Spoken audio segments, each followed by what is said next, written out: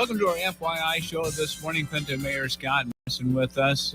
We're talking about, I guess, the number of city issues and see where things go. And Mayor knows that you had on that we just say the city address. I think we had you on before that. You got through it. You got. I know you talked on City Watch a little bit about it, but you got. I don't know who I'll put it. How does that all come up? The speech. Did you write it? Did Matt Brook write it? How did that script come about? Yeah.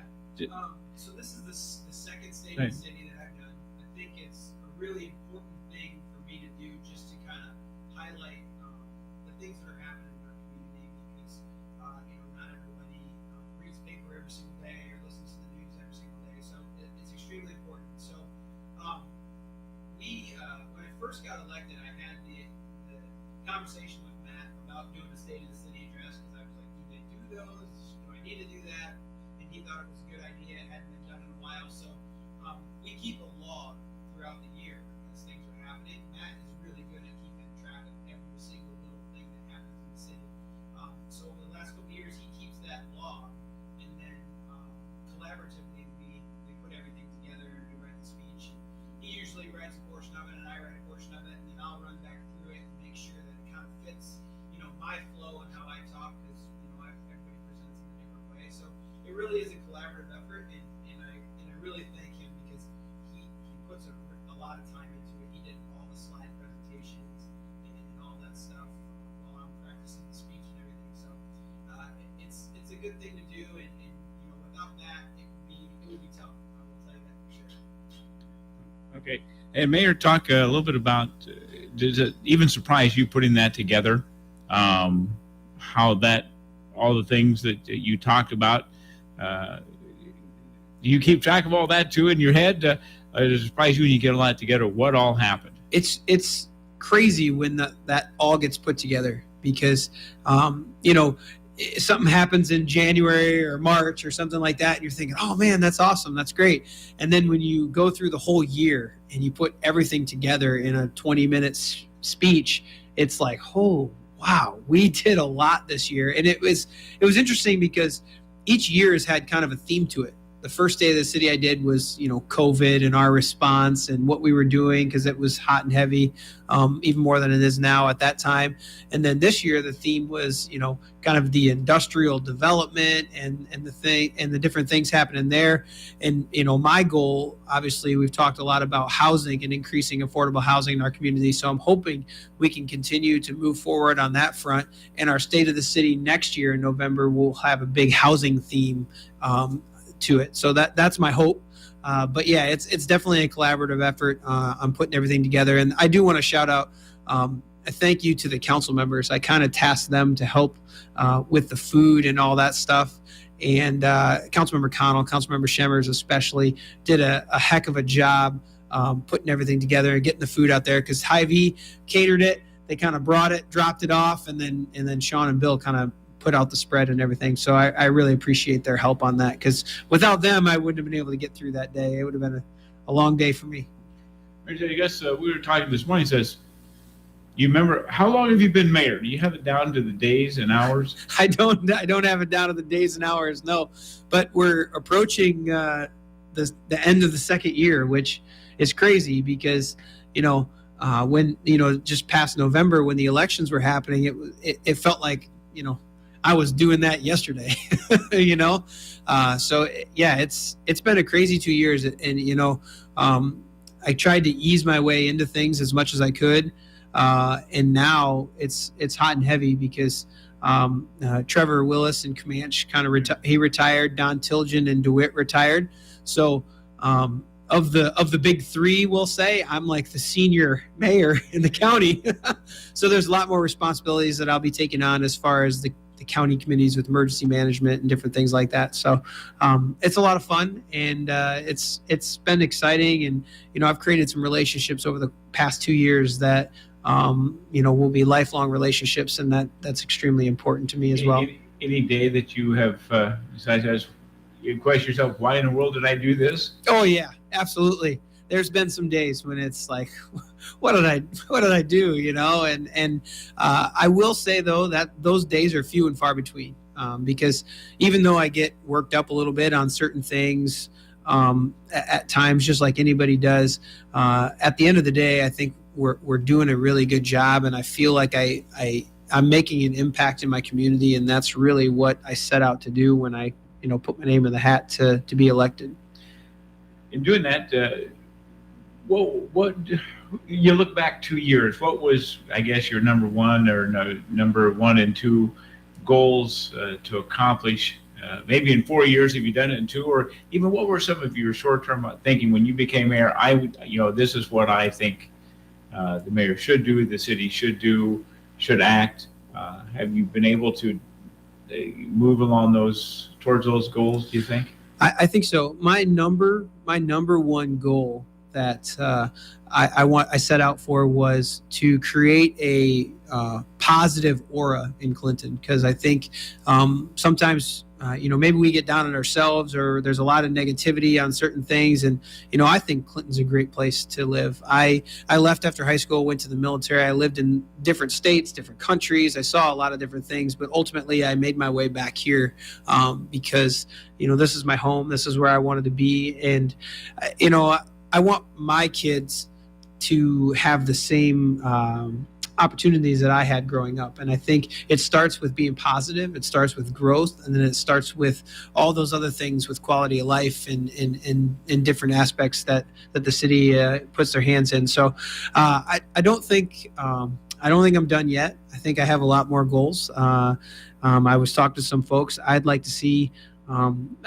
growth in our population. I'd like to get us back to 35,000 by the next census. And whether it's me doing it or whether it's someone else, if I run again or I lose or whatever it is, that would be my goal. I'd like to see us increase our population to 35,000 by the next census. I think that's we're built for 35,000 here in Clinton as far as the infrastructure we have, and I think it'd be really nice to see us grow back to that level. Any keys you think to make that happen? Yeah, obviously, affordable housing is important, and that's been a big focus. We broke some records over the last year as far as homes built in a year, and I think with Zara Heights getting ready to roll, and Riverstone Crossing, and even Mill Creek Crossing out there, they have 3 foundations in. They're building 3 homes at the moment. So I think we're going to continue to break records, and we're going to continue to attract people to our community because, we have enough stuff. So we have everything here, but we're not as busy as maybe a Davenport or a Bettendorf or something like that. So I think we're going to be attractive on that front, and then also continue to work with the school system, because obviously that's extremely important to people that are looking to move. If they have kids, they want good schools, and we have great schools. We just need to continue to promote that, and we need to continue to have a positive relationship between the school, the city, and the county as well, because I think that's if we're all not playing nice and we don't get along, then why would you move there? So we need to make sure that we're all working together. Be the positive. One thing we haven't talked a lot about is the mayor spotlight. Are you still doing that? I am. Yeah, we haven't talked about that a lot. Yeah, we just released one the other day. We did with Brian Lemke, our public works director, about calendar parking.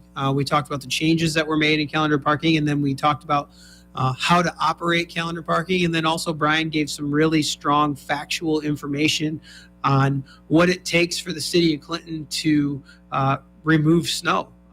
How many miles the guys are driving in a 24-hour, 48-hour period, how much salt we put down, all those different things. And I think it was really mind-blowing to hear the actual facts that, 6 million pounds of salt gets put down here in the city of Clinton. And the one thing I reiterated too is I know we get frustrated with snow removal sometimes, but it is the most difficult service that the city provides. It's unpredictable. It's always changing. It's not like picking up a garbage can where you pull up, put it in the truck, and then go. It's difficult. So I think it was important to put that out there. We did one with the Sawmill Museum. That will be the next one that's released. So I don't know what number we're on. I think we're approaching 30 of them, and we're going to continue to keep doing them as we go.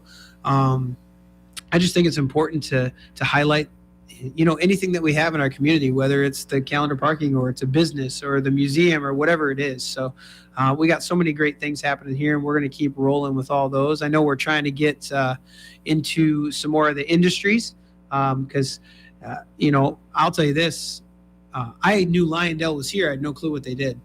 And now I have a good understanding of what they do. So I think we did one with Lyondell, which was cool. And I think we have other industries in town that we can get with so people can see the great products that are coming. We have some small industries and might only have five employees that do really great things. And we're going to try to hit up those and highlight those folks as well. As I wrap up 2 years, you look ahead to the next 2 years, you mentioned population growth. Is one of the goals. Also, you start this next year, you've got some new council members coming on, some returning council members. Yeah. In fact, I think this afternoon, we were just right before the show, got training, says, yeah. You've sat through it a couple times probably now. You still learn something. You expect to learn a little bit this afternoon each time you go through it? Yeah, absolutely. I expect to learn something. Anytime we have a meeting, anytime we have a program, I expect to learn something. And we created a very good council manual with Lynch Dallas a couple years back. It got approved, and we'll go through that with the new folks, and then even with the ones that are going to be there that have done this for a few years. Shemmers has 4 years under his belt, and he's going to go for another 4 years. But I think he still needs training. He still needs to learn too, just like the new folks do, and myself included in that. So also start budget talks. End of the year, first of the year for every city, county, especially starts budget talks. You got any thoughts heading into it? It's early at about February is when it gets down to the nitty gritty, but it starts today. Right. But turn the calendar over, you start meeting more often. Yeah, I am confident that we're gonna see growth from last year. I don't know at what percentage, but I'm pretty confident we're going to see growth because we've had some things that were in a TIF district that'll come online. So that will kind of increase our tax base. So we're going to see some growth, which is good. And then, until we start seeing budgets and numbers and things like that, it's hard to know what to predict or so. But Anita does a really nice job, and our department heads do a really nice job. I was a big stickler when I was, going through the first couple times, and I'll be again. I want to make sure that we're, not doing any frivolous spending, that our budgets are the budgets that are required.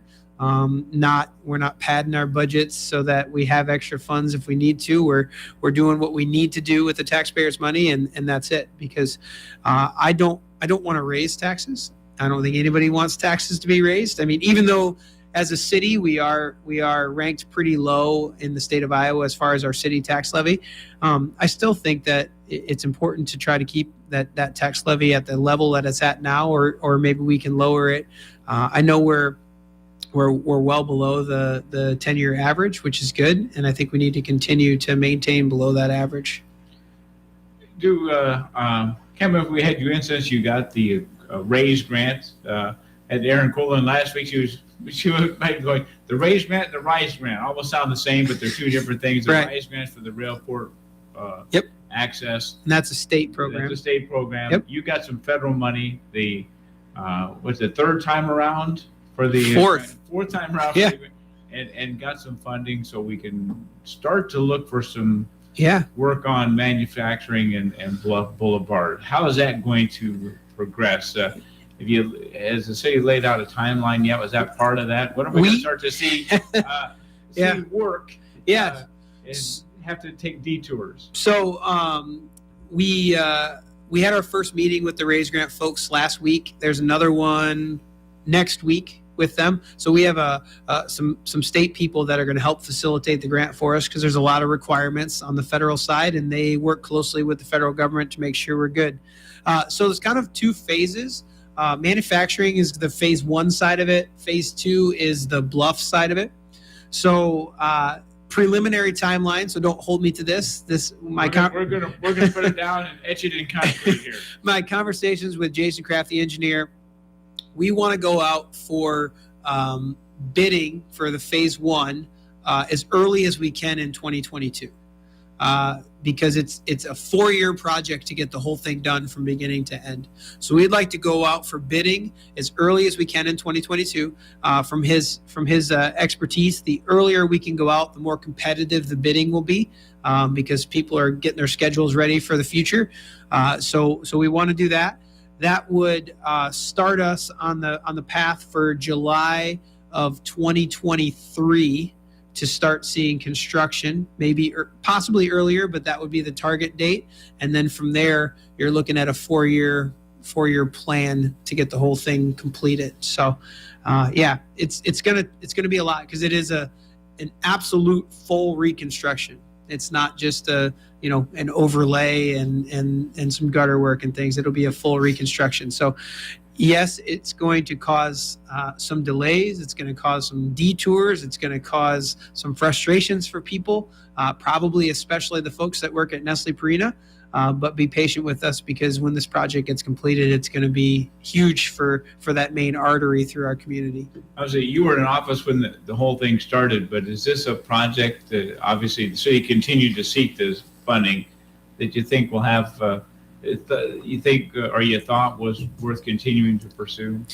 Yeah, I will tell you that in my opinion, this year was the last year that I wanted to submit the raise grant for this project, because they turn you down 3 times and then you turn it down a 4th time. They obviously don't see the merit of the project, because it is a great project, but you have to prove to people that have never been to Clinton that this is important to the community, that it's not just somebody's pet project, so to say, but it is necessary.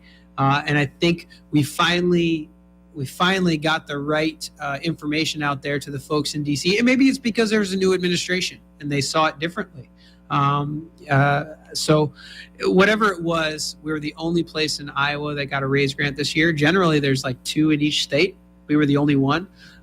They ranked us very high, obviously, and I think we finally got through to the right people, showing the merit of the project and what was needed. So I'm happy anytime that we can bring our federal tax dollars back right to our community. I think it's a good thing, and we did that. The last one we got was when they redid Comanche Avenue and Liberty Avenue. That was the last time. It was like a Tiger grant back then, I think. So we were successful with that one, and we're going to be successful with this one, so we can set ourselves up for the future when we have another big project. Hopefully we can get some from federal funding that way. As the city says, we flipped the calendar over in January. The Iowa legislature gets back in session. Does the city have any special interest in topics or actions of the Iowa legislature? Are you looking ahead to anything that the city is going to be paying close attention to or wants to see accomplished? Yeah, I haven't heard. We have the Government Affairs Committee that works through the Chamber of Commerce, and we have a little bit of an agenda on that. And it's really focused around some things in the school as far as the per pupil inequity, and then a couple other things that we have on the radar there. So the Grow Clinton County Group we're the only county in Iowa that works as a county and has a lobbyist out at the state level. We got the hotel motel tax passed, which was really cool. So the Grow Clinton County Group is going to continue to work on those priorities. But the city of Clinton, we will pay close attention to the different things that are happening. And as we need to lobby or as we need to voice our opinion on things that are popping up, we will. I just got on the Legislative Policy Committee through the Iowa League of Cities. And we have a meeting a week from Monday, another meeting, and they pay really close attention to the different things that are important to cities. So that's just another avenue for me to get some inside information to bring back so that we can hopefully, lobby for what's best for Clinton as we're going forward. Makes that lobbying group says, and given that the city's approved the deal yet, but it's a collaboration. I think Comanche, because they just approved it at their meeting this week. I think the county's done it. I've come with the city council here. Talk a little bit about that lobbying effort. It is different. You actually hire and pay a lobbyist. Correct. Talk a little bit about that effort and why it's important. It's important because there's a lot of things happening at the state capitol. And if we didn't have the lobbyists to help keep us on track, I'm not sure that we would get all the information that we need. And I'm not sure we would be able to, without a full-time person out there, be able to keep track of everything. It's extremely hard when you're, especially for me, since I kind of lead the legislative side, I work a full-time job, I'm working the city stuff. It would be hard for me to pay attention to Des Moines every single second as well. So the lobby group, it really works because that's their expertise and they can give us good advice. If we have something on our radar that's important, they also have those contacts through the legislature so they can go directly to the right place and talk to them. Whereas, if a legislator from Western Iowa puts up a bill, I don't have that relationship necessarily with them, but our lobbyists might, or have someone that knows them, that they can get more information or they can get our opinion out there. So it's just a really cool thing. We're the only county that does it. Us, Comanche and DeWitt, everybody's approved. I think DeWitt still needs to approve it, but I don't think it'll be a problem. And we switched to a new lobbyist this year. A different firm? Yep, we had a 3-year contract with one firm, and we decided that as things were kind of changing, we were just going to go a different route. We got with a new firm, Edie Walton, and Matt. Edie he's a really nice guy. I've had a couple meetings with him, and I think he's going to do a nice job for us. He has a lot of contacts. He's been out there for a long time, and I hate to say it this way, but their firm, they have people on both sides of the aisle in the firm, which is good because then you can stretch across both sides if you need to get something done, which that's kind of how politics works. So I think it was a good, and they were highly recommended by a couple big agencies that Rich Phelan is a part of throughout the state. So. Last week you got to light the Christmas tree downtown. Yeah. You like doing those things? I counted down this year. I counted down this year. Yeah, I do actually. I think those are good opportunities for me to get out and talk to some people, and I think it's important that my face, I guess, is seen in the community because I represent the community, and I want people to know that I'm approachable. You can come talk to me. I'm not a stiff that doesn't want to talk to you, and I think that's another thing that I've really tried to do over the last couple of years is really promote that in a positive manner. Like, hey, email me, call me, send me a letter, whatever you need to do. I'm going to respond to you. And had some good conversations with people. Bill Twyford called me out and I had to sing Jingle Bells. Didn't know how the song started, but Santa got us going, so that was good.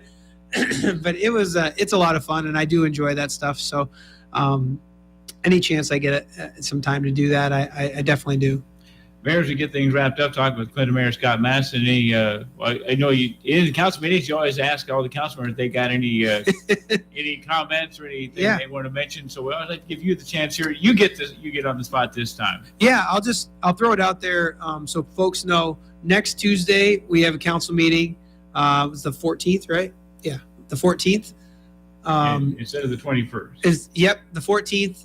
Is our council meeting, and then the 28th would be our scheduled council meeting, but we moved that to the 22nd to get it done before Christmas time, and that's going to be a quick business meeting to pay bills and things like that. We'll also do the oath of office on the 22nd for the new folks, the two new folks, and then also the ones that will be re-upping, Ron Mussman and Bill Schemmers. So our schedule's a little different in December. I just want to throw that out there so people know we're not doing anything crazy on the 22nd. It'll basically just be the claims list and moving on.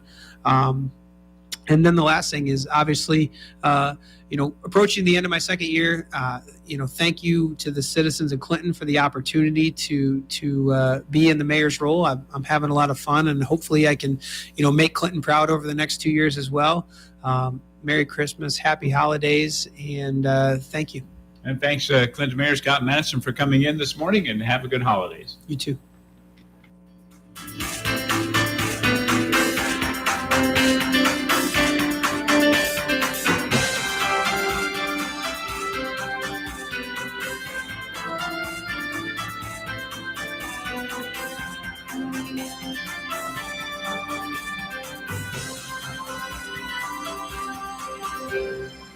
You're listening to AM 1340 KROS, Clinton, Iowa. FM 105.9. And KROSradio.com.